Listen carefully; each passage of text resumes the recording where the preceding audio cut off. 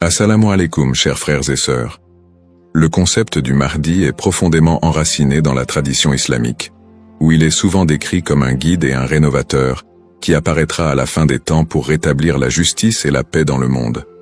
Son nom signifie littéralement « le bien guidé », et selon les croyances, il viendra pour rectifier les injustices, guérir les divisions de la communauté et ramener l'humanité vers une voie droite. Présent dans les récits prophétiques, hadiths, transmis depuis des siècles, le Mahdi est une figure attendue et respectée, avec une mission immense et unique, celle de préparer le monde à l'ère de paix et de prospérité ultime. Avant de commencer cette vidéo, je vous invite à vous abonner à notre chaîne et d'activer la cloche de notification pour rester informé de nos prochaines publications sur la foi islamique. Merci et bonne vidéo. Ce sujet attire un grand intérêt, car il est lié à des événements d'envergure mondiale et spirituelle qui concernent autant les croyants que les curieux. Pour beaucoup de fidèles, la croyance en l'arrivée d'un sauveur qui se dressera contre l'injustice résonne d'autant plus fort face aux difficultés et aux crises que traverse notre monde moderne. Les guerres, la corruption, les inégalités sociales et les troubles environnementaux nourrissent un sentiment d'urgence et un besoin de justice qui rendent ce sujet encore plus pertinent. La quête de ce personnage apporte un espoir, une lumière dans une époque qui peut sembler sombre. Alors, face aux signes de l'époque, une question surgit et nous interpelle. Le Mahdi est-il sur le point d'apparaître? Alors, restez avec moi jusqu'à la fin pour découvrir cela. Si vous avez des questions ou des commentaires en cours de route, n'hésitez pas à les laisser en bas.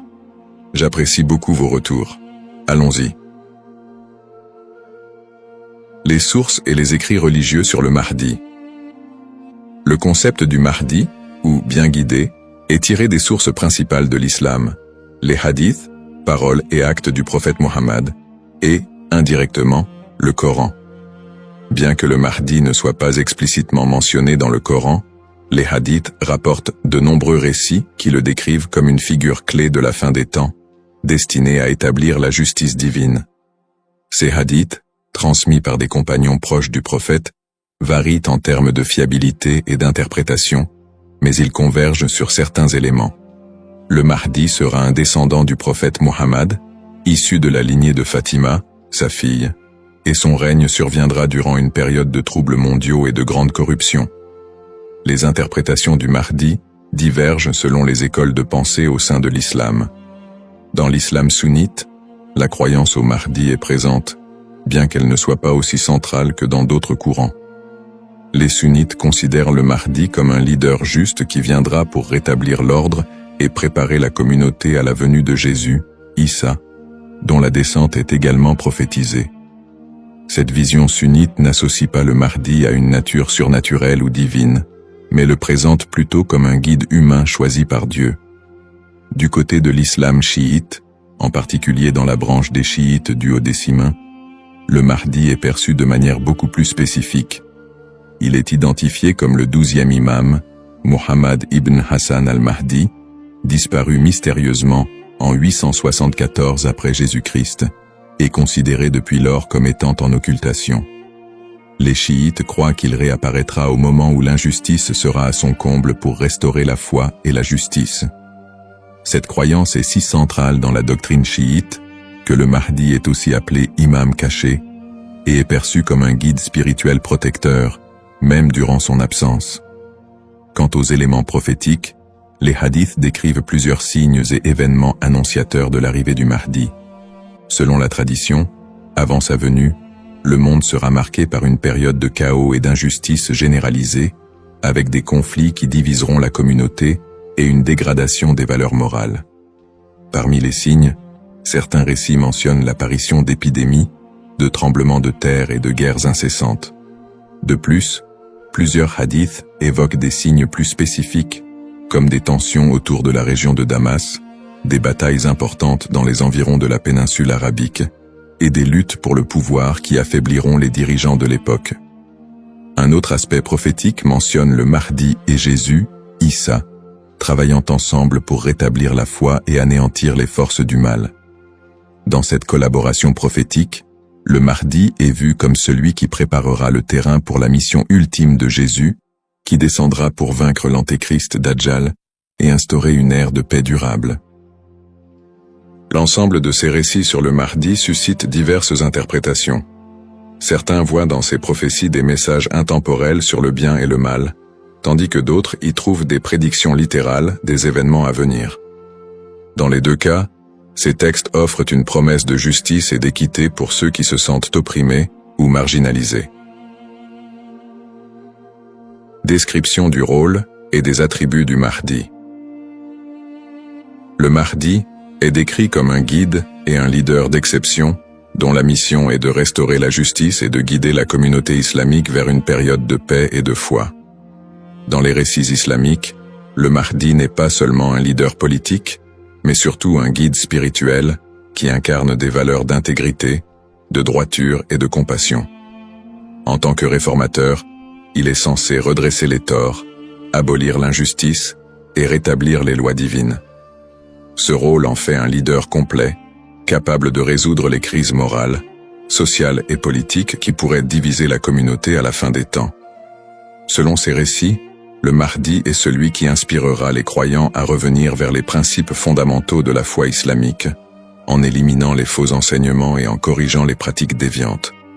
Les attributs distinctifs du Mahdi le rendent unique parmi les autres leaders.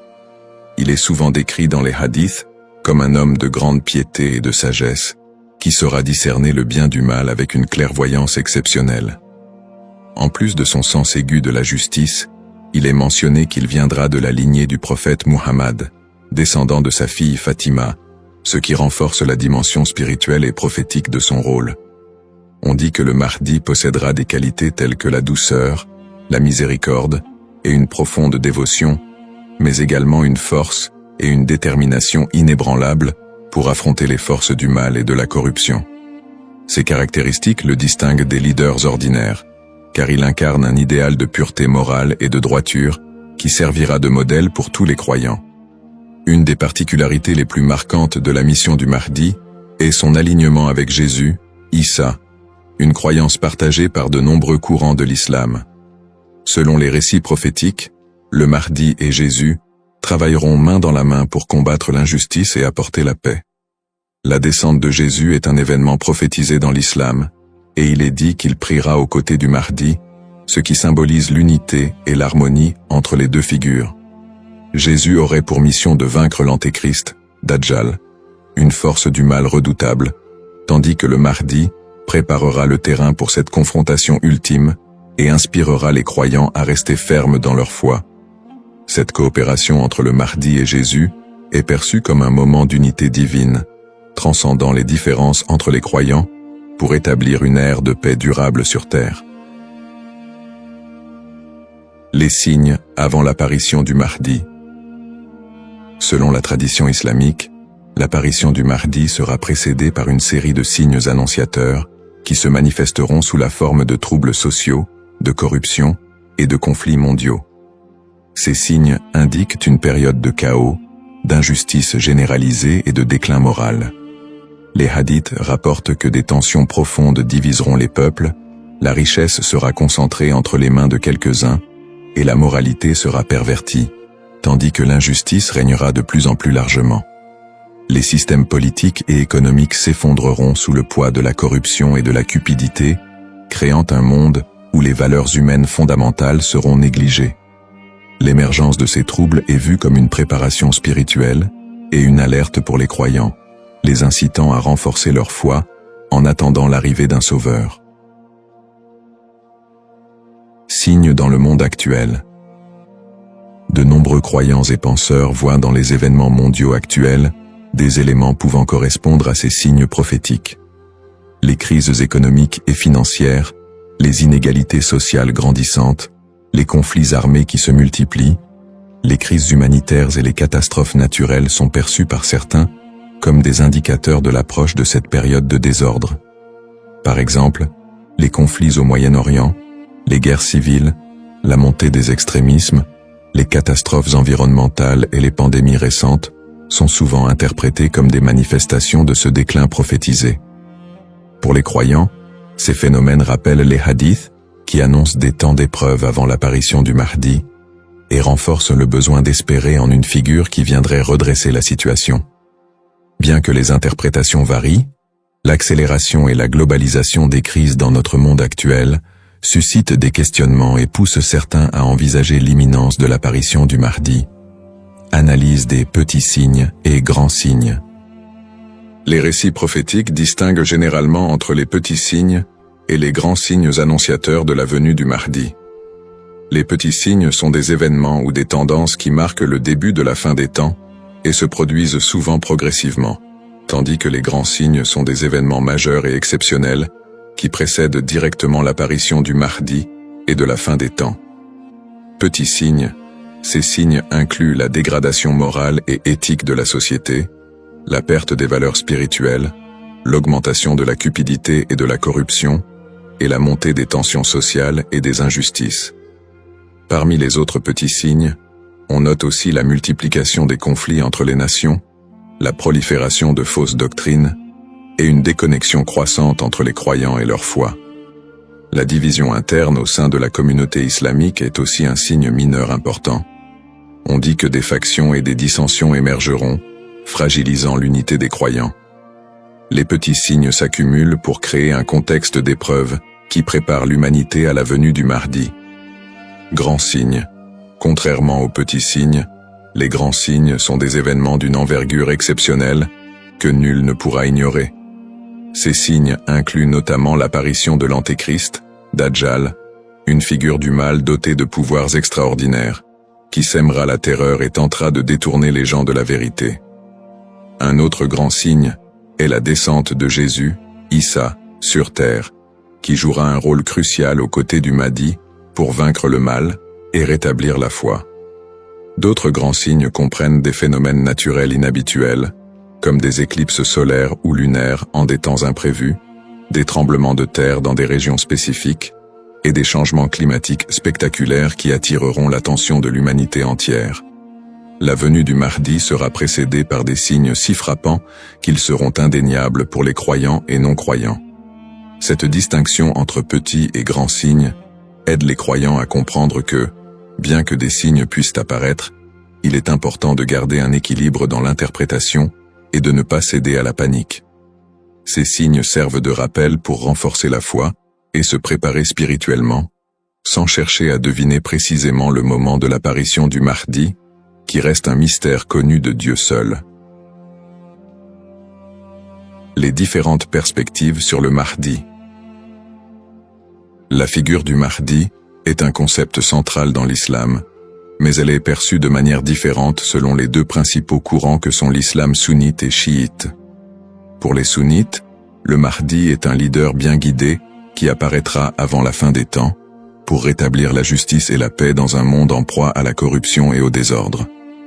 La croyance au Mahdi est présente chez les sunnites, mais elle n'est pas aussi centrale que pour les chiites, et elle n'est pas strictement codifiée dans les textes fondamentaux.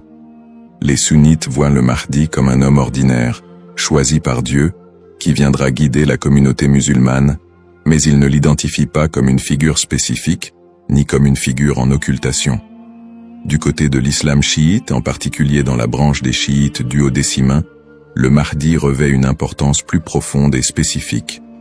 Les chiites identifient le Mahdi comme étant Muhammad ibn Hassan al-Mahdi, le 12e et dernier imam, qui est entré dans un état d'occultation à la fin du 9e siècle.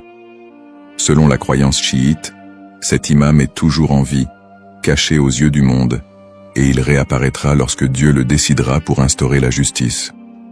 Cette conception du Mahdi comme imam caché fait partie intégrante de la théologie chiite, qui voit en lui un guide spirituel et protecteur, même en son absence, et qui joue un rôle central dans l'attente messianique de la communauté chiite.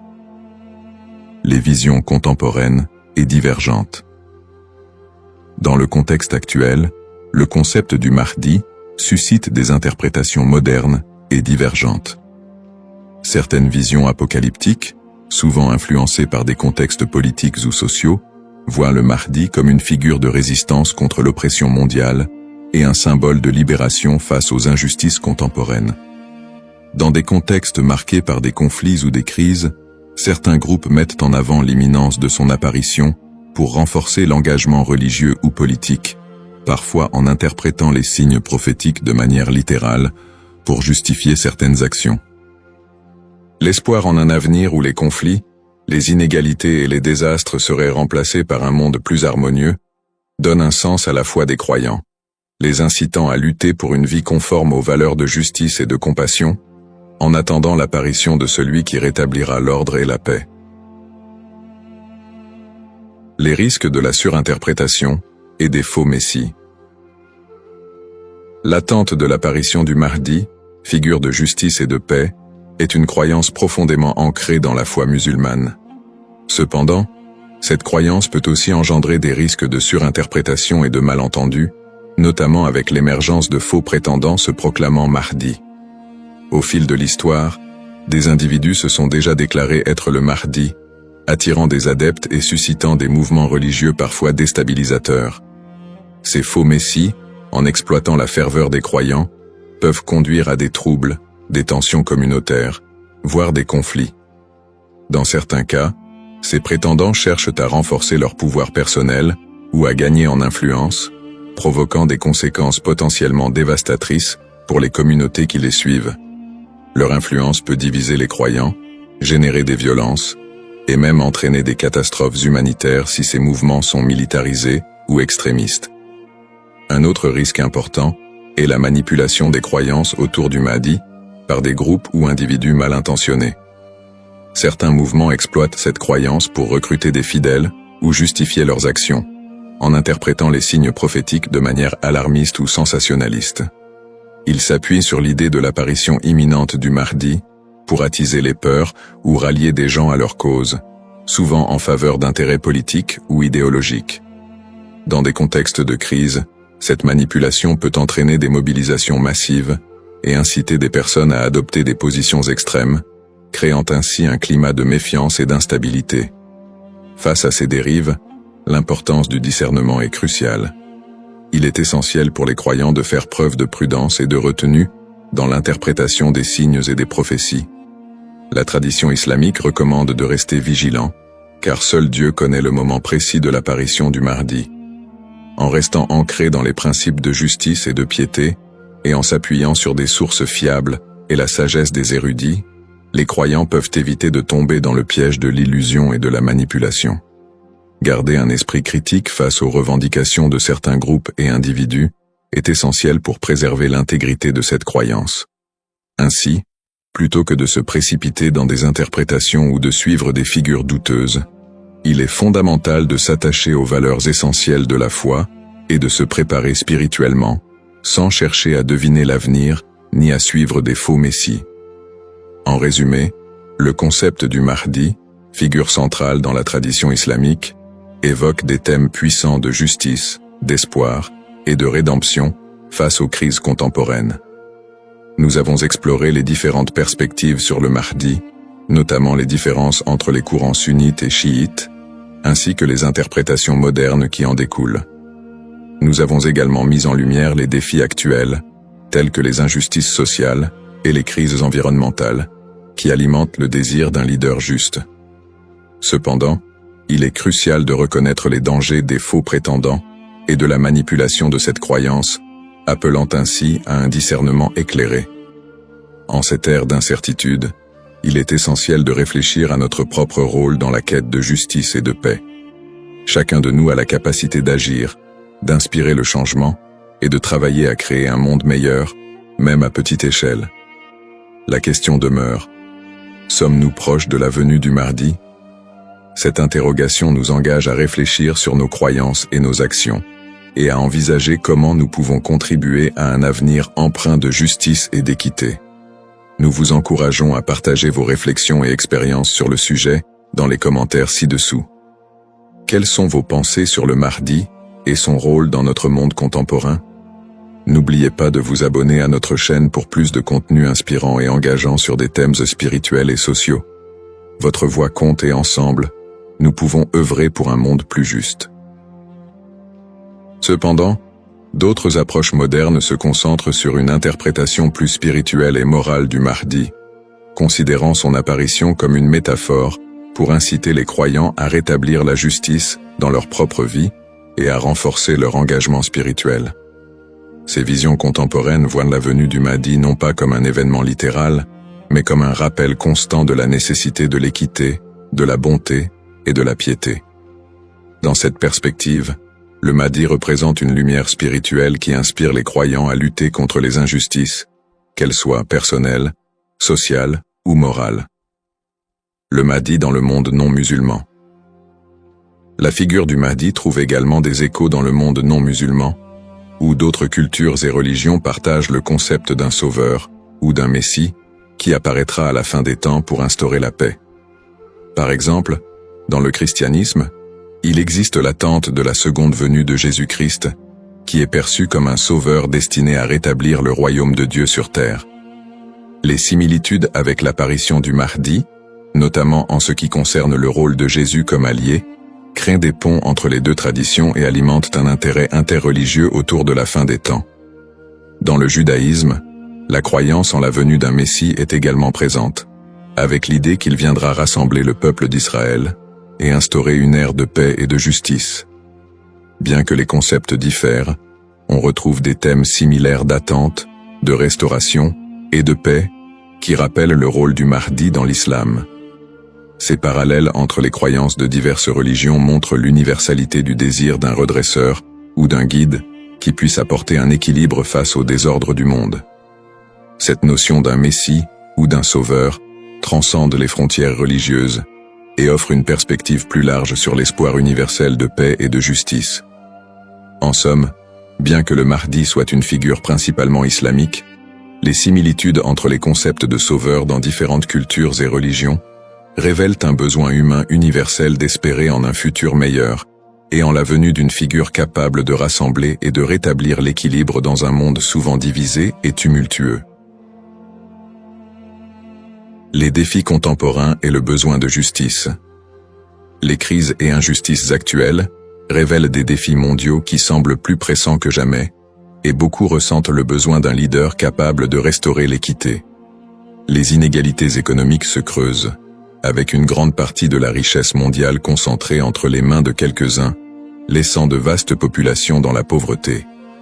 Cette fracture sociale amplifie le sentiment d'injustice, nourri par des systèmes économiques et politiques qui peinent à répondre aux besoins des plus vulnérables.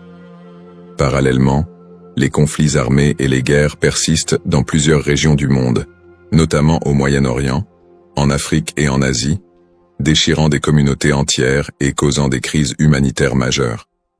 Ces conflits sont souvent alimentés par des intérêts politiques, ethniques ou économiques, aggravant la souffrance des populations civiles. Dans ce contexte, l'absence de solutions pacifiques et durables renforce l'impression d'une profonde injustice et crée un climat de désespoir. Le réchauffement climatique et ses effets sont un autre défi majeur de notre époque. Les catastrophes naturelles, de plus en plus fréquentes et destructrices, frappent souvent les populations les plus défavorisées, mettant en évidence l'injustice écologique à l'échelle mondiale. La déforestation, la pollution et l'exploitation des ressources naturelles entraînent des conséquences irréversibles pour la planète, affectant les générations présentes et futures. Ces problèmes illustrent une urgence collective, qui rappelle combien il est difficile de trouver des solutions justes et équitables dans un monde souvent dominé par des intérêts individuels. Face à ces crises, la croyance en l'arrivée d'une figure de justice, comme le Mahdi, apporte espoir et inspiration pour de nombreux croyants. Cette attente d'un leader juste qui restaurera l'équité n'est pas seulement un concept théologique, elle représente une source d'espoir pour ceux qui se sentent impuissants devant les injustices du monde. La croyance en un Mahdi qui viendrait pour redresser les torts, protéger les opprimés et instaurer la paix répond à un besoin universel d'espérer en des jours meilleurs. En imaginant un futur dirigé par un guide spirituel et juste, les croyants trouvent la motivation de persévérer malgré les difficultés actuelles. Cette figure du Mahdi symbolise la promesse que l'injustice ne triomphera pas éternellement et que l'équilibre et la paix sont possibles, même si les défis actuels semblent insurmontables.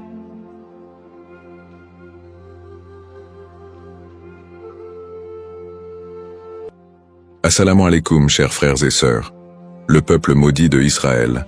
Une phrase qui semble résonner avec un mystère profond, une notion qui pourrait dérouter ou susciter la curiosité. Pourquoi parler de malédiction, alors que l'histoire d'Israël est généralement associée à celle d'un peuple élu par Dieu? Pourtant, au fil des siècles, des textes anciens aux événements historiques récents, l'idée que le peuple d'Israël aurait pu être maudit a traversé les cultures, les religions et les esprits. Il est crucial de comprendre que ce sujet va bien au-delà des simples récits bibliques. Il s'ancre dans une histoire complexe, où la théologie, les prophéties et les malheurs historiques sont intimement liés. Cette notion de malédiction trouve son écho dans les croyances populaires, mais aussi dans des interprétations religieuses et culturelles, parfois mal comprises. Pourquoi ce sujet mérite-t-il notre attention aujourd'hui? Parce que ce n'est pas simplement un concept historique, mais une idée qui a façonné la perception mondiale d'un peuple tout au long des âges. Pour bien saisir la portée de cette notion, il est indispensable de remonter aux sources historiques et religieuses, de comprendre le contexte dans lequel ces croyances ont émergé, et de démêler les faits des mythes. Le terme de peuple maudit a souvent été utilisé dans divers contextes pour parler du peuple d'Israël, mais que signifie-t-il réellement? Dans la Bible, en particulier dans l'Ancien Testament, les relations entre le peuple hébreu et Dieu sont parfois marquées par des promesses de bénédiction, mais aussi des avertissements de malédiction en cas de désobéissance. Dans le livre du Deutéronome, par exemple, Dieu promet des bénédictions à Israël s'ils obéissent à ses commandements, mais il y a également des malédictions redoutables s'ils s'en écartent. Parmi ces malédictions, on trouve des prophéties qui parlent d'exil, de souffrance et de dispersion à travers le monde. Ces passages ont alimenté des siècles d'interprétations théologiques, renforçant l'idée que certaines périodes de souffrance du peuple juif pourraient être vues comme des châtiments divins. Au-delà de la Bible, l'histoire du peuple d'Israël, marquée par les conquêtes, les destructions, l'exil et les persécutions, a renforcé cette image d'un peuple qui porte un poids historique lourd. Depuis la destruction du premier et du second temple de Jérusalem, en passant par les diasporas forcées, jusqu'aux tragédies plus récentes comme la Shoah, beaucoup ont vu dans ces événements des échos de ces anciennes malédictions bibliques. Mais ces interprétations ne sont pas uniquement religieuses. Elles se sont parfois transformées en idéologie politique et sociale. La perception négative et les stéréotypes autour du peuple juif au cours de l'histoire ont souvent renforcé cette idée de malédiction, parfois utilisée pour justifier des discriminations et des persécutions. La notion de peuple maudit a ainsi été instrumentalisée à travers les siècles. Avant de commencer cette vidéo, n'oubliez pas de liker cette vidéo, car cela nous donne beaucoup de force pour continuer à partager du contenu bénéfique. Et je vous invite à vous abonner à notre chaîne et d'activer la cloche de notification pour rester informé de nos prochaines publications sur la foi islamique.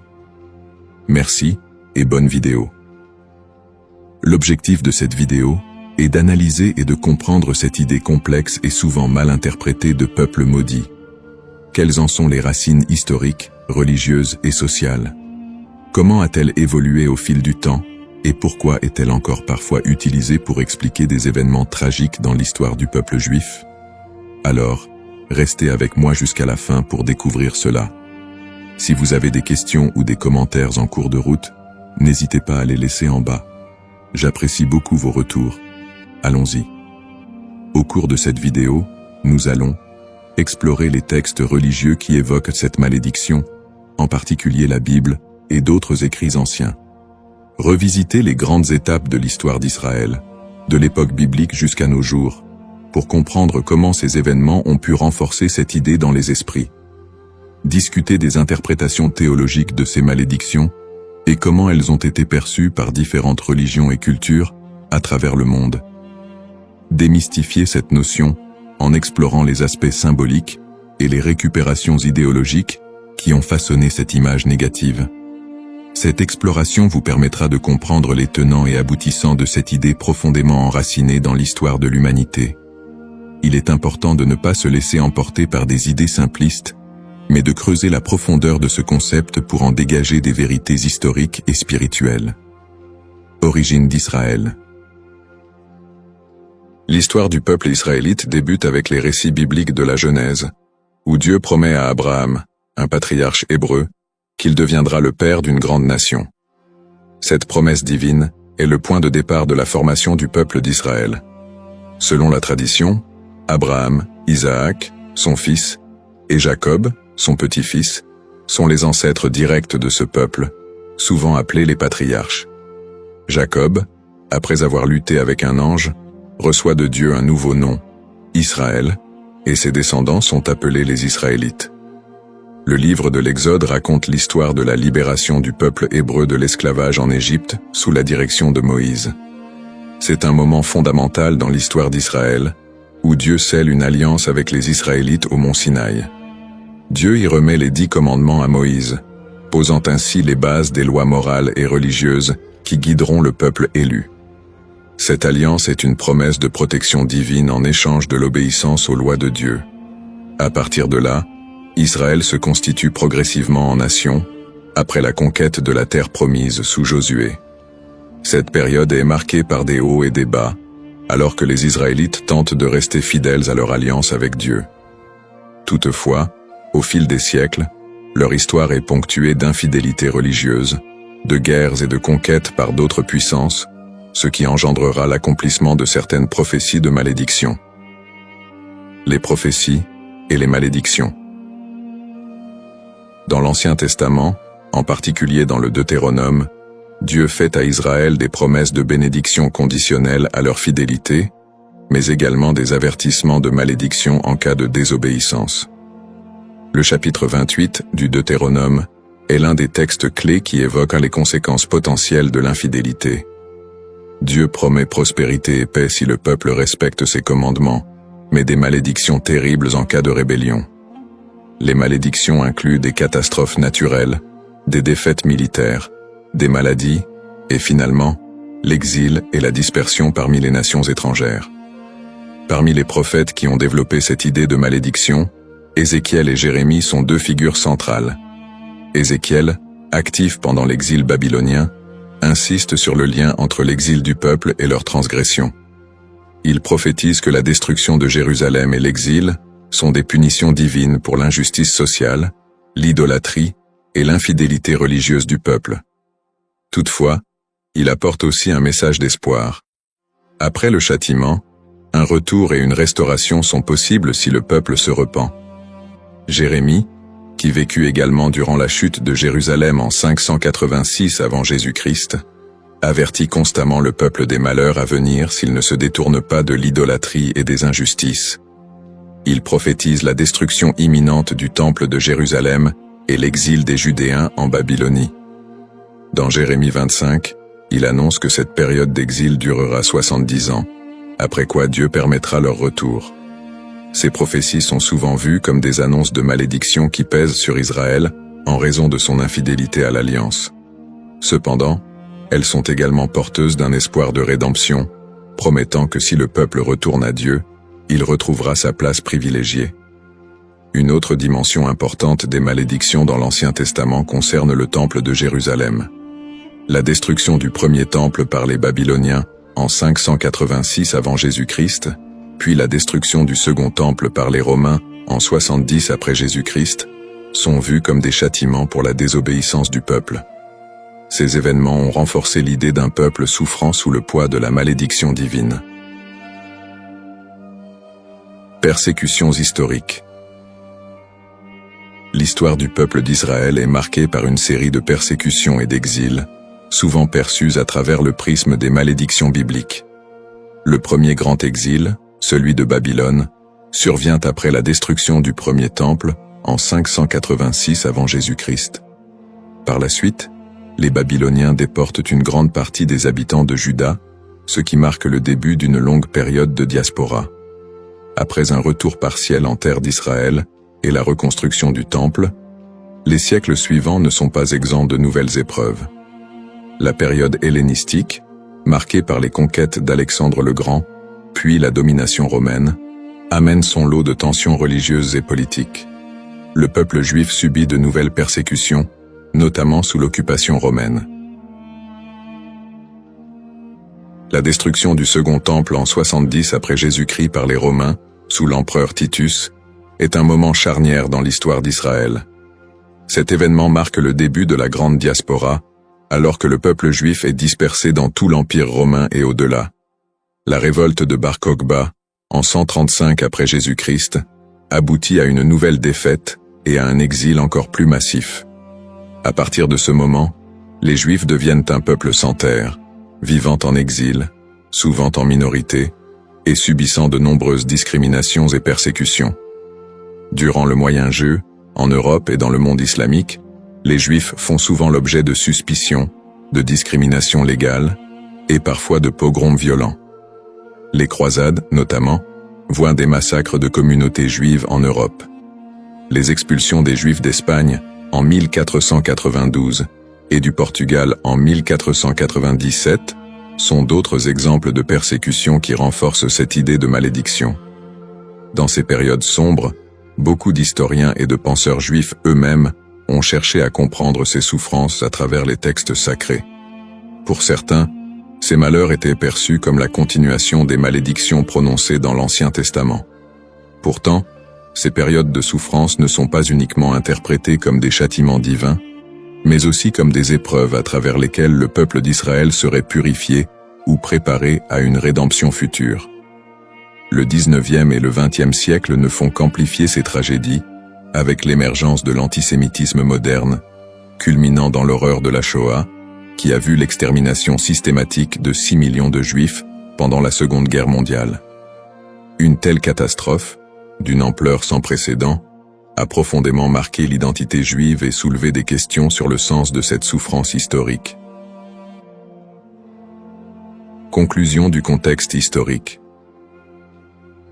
L'histoire du peuple d'Israël, tissée de moments de gloire, d'alliances divines, mais aussi de malédictions et de souffrances, reste une des plus complexes et des plus riches de l'humanité. Les prophéties bibliques de malédiction, les exils répétés, les destructions de lieux sacrés et les persécutions à travers les siècles ont façonné la perception du peuple juif, tant de leur propre point de vue que de celui des autres nations. Le concept de peuple maudit, les bases théologiques, l'idée de malédiction dans les textes religieux, en particulier dans la tradition judéo-chrétienne, est un concept riche et complexe. Les malédictions sont souvent prononcées par Dieu en réponse à l'infidélité ou à l'injustice du peuple. Dans la Bible, notamment dans le livre du Deutéronome, Dieu promet des bénédictions à Israël pour leur obéissance, mais aussi des malédictions en cas de désobéissance. Ces malédictions incluent des souffrances, des exils et d'autres calamités, illustrant le caractère conditionnel de l'alliance entre Dieu et son peuple. La distinction entre malédiction divine et humaine est essentielle. Les malédictions divines, souvent exprimées par des prophètes, sont vues comme des conséquences directes de l'action humaine contre les commandements divins. En revanche, les malédictions humaines peuvent découler de superstitions, de croyances populaires ou d'anathèmes lancés par des individus ou des groupes en réponse à des actes perçus comme immoraux. Cette différence met en lumière le rôle de la responsabilité humaine dans la réception de ces malédictions. Les prophètes, tels qu'Ézéchiel et Jérémie, jouent un rôle crucial dans la communication de ces malédictions. Leur message souligne que ces châtiments ne sont pas simplement des expressions de colère divine, mais des appels à la repentance et à la restauration. Ce cadre théologique souligne que les malédictions ne sont pas définitives et que le retour à la foi peut conduire à des bénédictions renouvelées. Malédiction et mythe. La notion de malédiction attachée au peuple d'Israël a donné lieu à de nombreuses interprétations populaires et mythes au cours des siècles. Dans les traditions chrétiennes et islamiques, des récits sur le peuple juif ont souvent été associés à des idées de punition divine. Ces interprétations, parfois teintées d'hostilité, ont conduit à la propagation de stéréotypes négatifs. Historiquement, des récits de malédiction ont été utilisés pour justifier des persécutions contre les Juifs. Par exemple, l'idée que le peuple juif a été maudit en raison de la crucifixion de Jésus a été utilisée pour alimenter l'antisémitisme.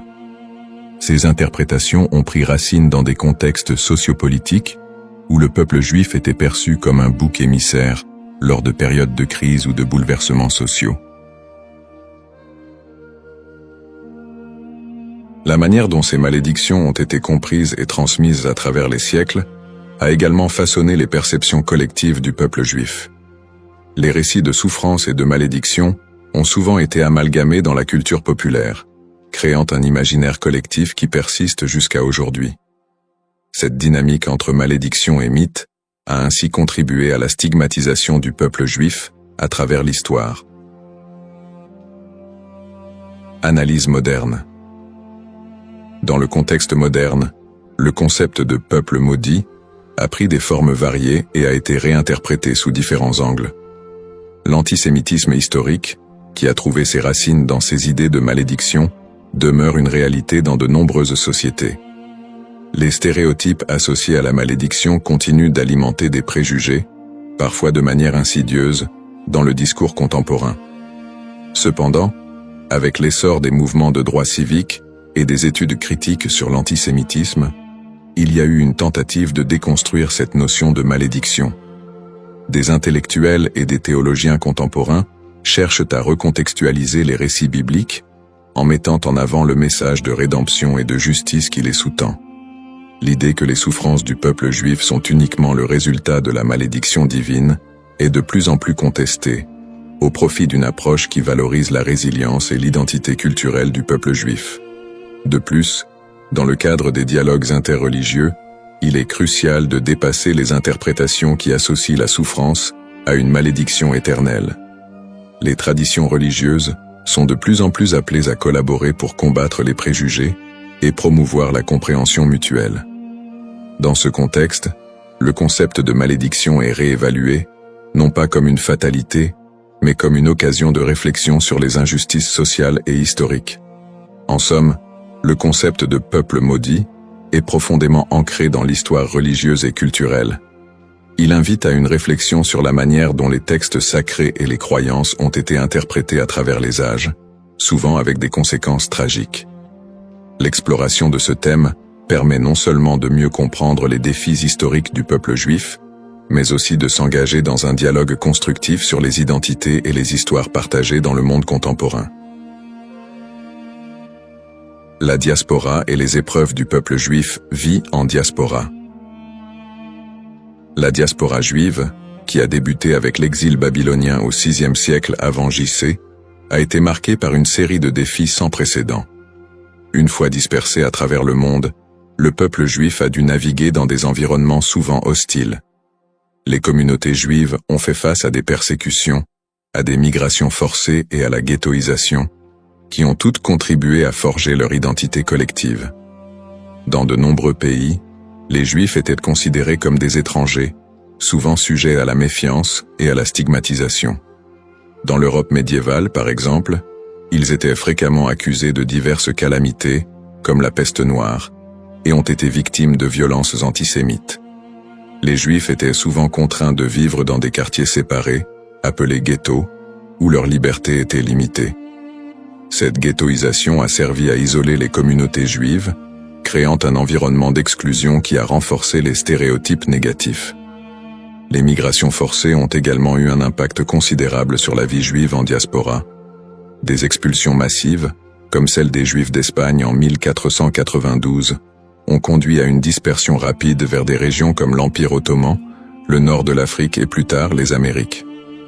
Ces déplacements ont souvent été motivés par des conditions de vie insupportables et des menaces physiques, mais ils ont également permis aux Juifs de préserver et d'adapter leur culture dans de nouveaux contextes. Malgré ces défis, les communautés juives ont réussi à maintenir leurs traditions et à s'adapter aux réalités locales. Elles ont développé des réseaux de solidarité, créant des institutions éducatives et religieuses pour assurer la transmission de leur héritage culturel et spirituel. Cette résilience face à l'adversité est une caractéristique marquante de l'expérience juive en diaspora. Les pogroms et l'Holocauste. Les pogroms, qui ont commencé en Europe à partir du IXe siècle, illustrent la violence persistante à laquelle les Juifs ont été confrontés. Ces émeutes violentes souvent encouragés par des autorités locales, ont mené à des massacres, à des pillages et à des destructions de synagogues. Un des pogroms les plus connus est celui de Kitchinev en 1903, qui a entraîné la mort de dizaines de Juifs et laissé des centaines d'autres blessés. Le XXe siècle a vu la tragédie de l'Holocauste, un génocide qui a coûté la vie à 6 millions de Juifs pendant la Seconde Guerre mondiale. Les nazis ont systématiquement exterminé les Juifs européens, mettant en place des camps de concentration et d'extermination. Malgré ces persécutions violentes, de nombreuses histoires de survie émergent, mettant en lumière le courage et la détermination du peuple juif. Des groupes de résistance, des réseaux de sauvetage et des actes de bravoure individuels témoignent de la volonté de maintenir l'humanité et la dignité face à l'inhumanité. L'Holocauste a laissé une empreinte indélébile sur la mémoire collective juive. Les survivants ont dû reconstruire leur vie dans un monde souvent indifférent à leurs souffrances. Cette tragédie a également catalysé des mouvements politiques qui ont conduit à la création de l'État d'Israël en 1948, un point tournant dans l'histoire juive moderne. Lutte pour l'identité et la terre promise. Les épreuves subies par le peuple juif en diaspora ont profondément influencé son identité collective. Face à l'adversité, une identité juive résiliente a émergé, mêlant traditions séculaires, pratiques religieuses et un sentiment d'appartenance à une histoire commune. Cette lutte pour la survie a également renforcé un lien indéfectible avec la terre d'Israël, considérée comme la terre promise dans la tradition juive. Ce lien a été ravivé tout au long de l'histoire, notamment lors des mouvements sionistes du XIXe et du XXe siècle, qui ont cherché à établir un foyer national juif en Palestine. Pour de nombreux juifs, la terre d'Israël représente non seulement un lieu géographique, mais également un symbole de liberté, d'identité et d'unité. Les événements tragiques de l'histoire juive, comme l'Holocauste, ont également renforcé l'urgence de cette quête, suscitant un mouvement pour un retour à la terre d'Israël. En somme, l'expérience de la diaspora a été marquée par des défis extrêmes, mais aussi par une résilience remarquable. Les persécutions, les pogroms et l'Holocauste ont non seulement laissé des cicatrices, mais ont également façonné une identité juive forte, ancrée dans une histoire partagée et un attachement profond à la terre d'Israël. Ce processus de formation de l'identité juive, en réponse aux épreuves, continue de jouer un rôle crucial dans la vie des Juifs du monde entier aujourd'hui. Le retour en Israël et l'État moderne, sionisme et création de l'État d'Israël. Le mouvement sioniste, qui a émergé à la fin du XIXe siècle, constitue un tournant majeur dans l'histoire juive moderne. À cette époque, les Juifs d'Europe étaient confrontés à une montée de l'antisémitisme et à des conditions de vie précaires, notamment en Russie et en Europe de l'Est. Ces difficultés ont suscité un besoin pressant d'un foyer national. Theodor Herzl, considéré comme le père du sionisme politique, a articulé cette aspiration dans son livre L'État juif, 1996, où il propose la création d'un État juif en Palestine comme réponse à l'antisémitisme rampant. Le sionisme a pris plusieurs formes, allant du sionisme politique de Herzl à des visions plus socialistes et culturelles, comme celles de figures comme David Ben-Gourion et Ahad Ha'am. Le premier congrès sioniste a eu lieu à Bâle en 1897, où les participants ont décidé de promouvoir l'établissement d'un foyer national juif en Palestine par des moyens diplomatiques et légaux. À la suite de la déclaration Balfour de 1917, dans laquelle le gouvernement britannique a exprimé son soutien à l'établissement d'un foyer national juif en Palestine, le mouvement sioniste a gagné en légitimité. Cependant, la réalité sur le terrain était complexe. La Palestine était alors habitée par une majorité arabe qui a vu l'immigration juive comme une menace pour ses droits et ses terres. Cette situation a semé les graines des conflits futurs.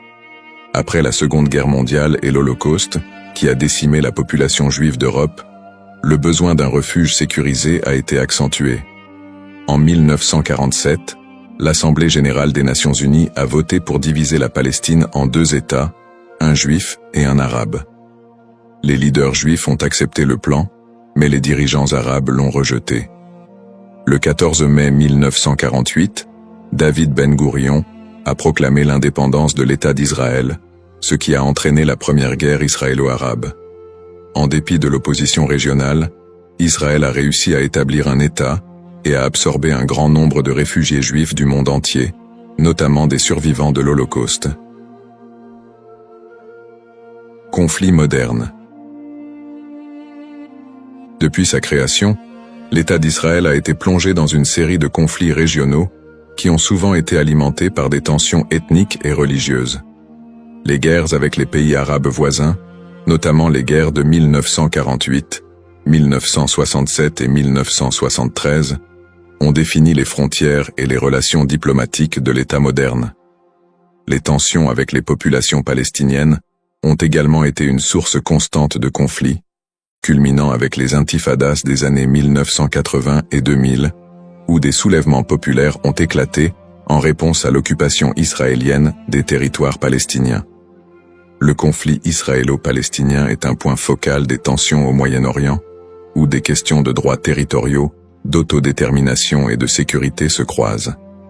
Les territoires de la Cisjordanie et de Gaza sont devenus des symboles de la lutte pour la reconnaissance et la dignité des Palestiniens. Les colonies israéliennes en Cisjordanie et les conditions de vie à Gaza ont engendré des critiques internationales et des tensions croissantes.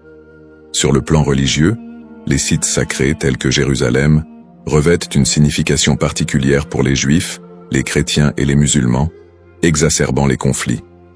L'accès aux lieux saints est souvent un point de discorde, avec des épisodes de violence autour du mont du Temple et du dôme du Rocher. Peut-on encore parler d'un peuple maudit aujourd'hui? La question de savoir si l'on peut encore parler d'un peuple maudit aujourd'hui mérite d'être examinée sous différents angles. D'une part, le peuple juif a par moments été perçu comme victime d'une malédiction, surtout dans le contexte des souffrances historiques, des persécutions et de l'Holocauste. Cette perception s'est parfois traduite par des stéréotypes négatifs et un antisémitisme durable qui persistent encore dans certaines sociétés contemporaines. D'autre part, l'idée de peuple maudit ne rend pas pleinement compte de la résilience, de l'innovation et des contributions culturelles des Juifs à la société mondiale. Après des siècles de persécution, les Juifs ont réussi à établir un État souverain, à revitaliser leur culture et à jouer un rôle significatif dans divers domaines tels que la science, l'art et la politique. Cette renaissance culturelle et nationale contredit l'idée d'une malédiction éternelle. Aujourd'hui, beaucoup de Juifs se définissent non pas par leurs souffrances passées, mais par leur identité culturelle et leur engagement envers des valeurs de justice, de paix et de coexistence. L'État d'Israël, bien qu'encore confronté à des défis internes et externes, est un symbole de survie et de détermination pour de nombreux Juifs dans le monde. Ainsi, plutôt que de voir le peuple juif à travers le prisme d'une malédiction, il est plus approprié de reconnaître la complexité de son histoire, marquée par des luttes et des triomphes, et d'appréhender la diaspora juive comme une histoire d'espoir, de résilience et de quête d'identité. Dans cette exploration du thème du peuple maudit d'Israël, nous avons retracé l'histoire complexe des Juifs, de leurs origines dans l'Antiquité à leur établissement moderne en tant qu'État souverain. Nous avons examiné le contexte historique et religieux, en soulignant les épreuves de la diaspora, les persécutions et les tragédies comme les pogroms et l'Holocauste. En analysant le concept de malédiction, nous avons également vu comment il a été utilisé pour justifier des stéréotypes et des violences à l'encontre des Juifs au fil des siècles. Nous avons ensuite discuté du mouvement sioniste qui a mené à la création de l'État d'Israël en 1948, ainsi que des conflits régionaux qui en ont découlé, notamment avec les populations palestiniennes. Ces tensions, alimentées par des enjeux historiques, ethniques et religieux, continuent de façonner la réalité actuelle du pays. En réfléchissant à l'évolution du terme « maudit », il est crucial de reconnaître qu'il a souvent été employé de manière péjorative pour désigner le peuple juif et justifier des injustices. Cependant, au fil du temps, cette notion a été déconstruite. De nos jours, parler de peuple maudit ne rend plus compte de la diversité et de la résilience des communautés juives. Au contraire, il est essentiel de voir le peuple juif comme porteur d'une riche culture, d'une identité dynamique et d'une volonté indéfectible de vivre et de prospérer, malgré les défis historiques. Pour conclure, j'invite chacun d'entre vous à approfondir ce sujet fascinant et complexe. Prenez le temps d'explorer les multiples facettes de l'histoire juive, d'écouter des voix variées et de réévaluer vos propres perceptions sur le peuple juif et son héritage. En favorisant la compréhension et l'empathie, nous pouvons tous contribuer à un dialogue constructif qui transcende les stéréotypes et promeut la paix et la coexistence. Le parcours historique du peuple juif est une leçon pour tous sur la résilience, l'identité et la quête de justice.